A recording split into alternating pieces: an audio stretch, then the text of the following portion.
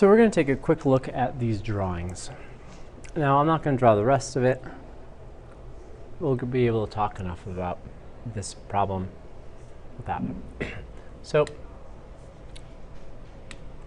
the problem asks us to compare the general shapes of the two figures.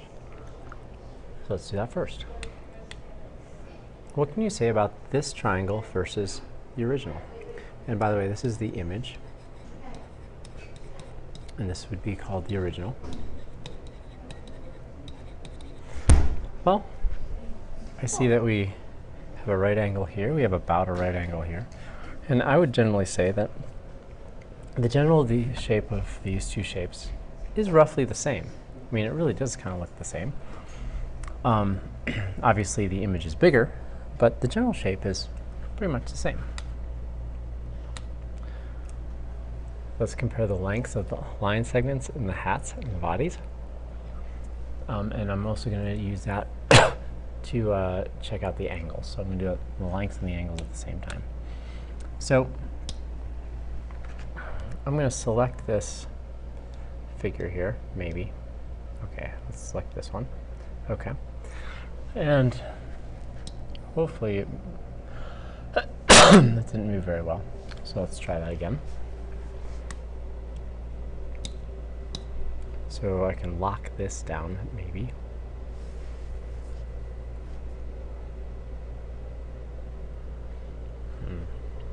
Let's just move it all together.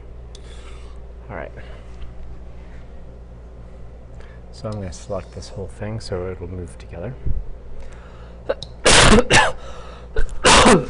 Sorry. And I'm going to group it. Oh, I duplicated it. Oops. Let's see if... Let's try this again.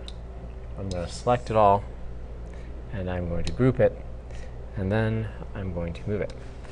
So if I move this, let's look at the angles first because it's easier to look at.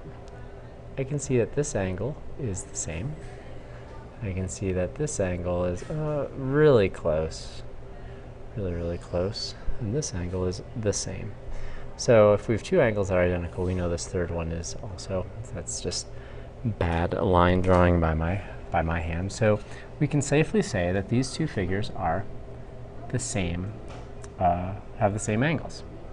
Now for the side lengths. Well, I notice that here the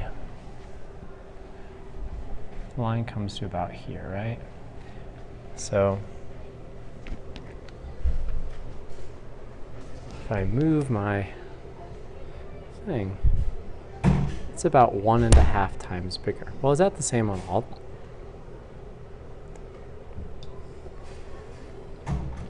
Yeah, 1.5 times bigger. Let's check out here. Again, 1.5 times bigger. So I can safely say that all of the side lengths have been enlarged by the same amount. So when I look at the original and the image, I know that the angles are the same.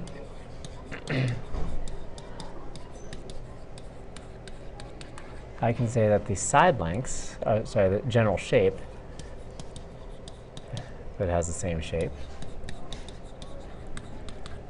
I can say that the side lengths have been enlarged by the same scale factor.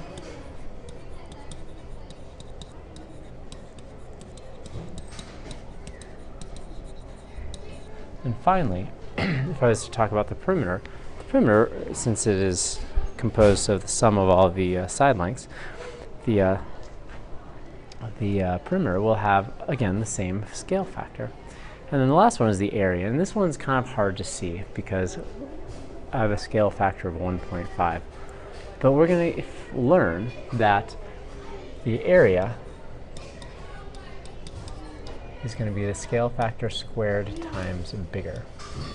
And so when we talk about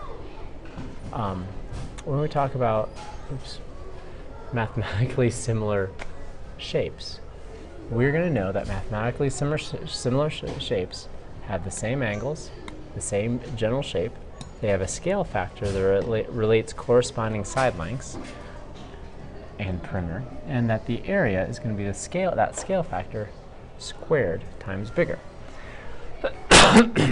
In the next couple problems, in B and C, you're asked to make another figure with a larger rubber band stretcher and look for the same connections. And you'll find these same things to be true.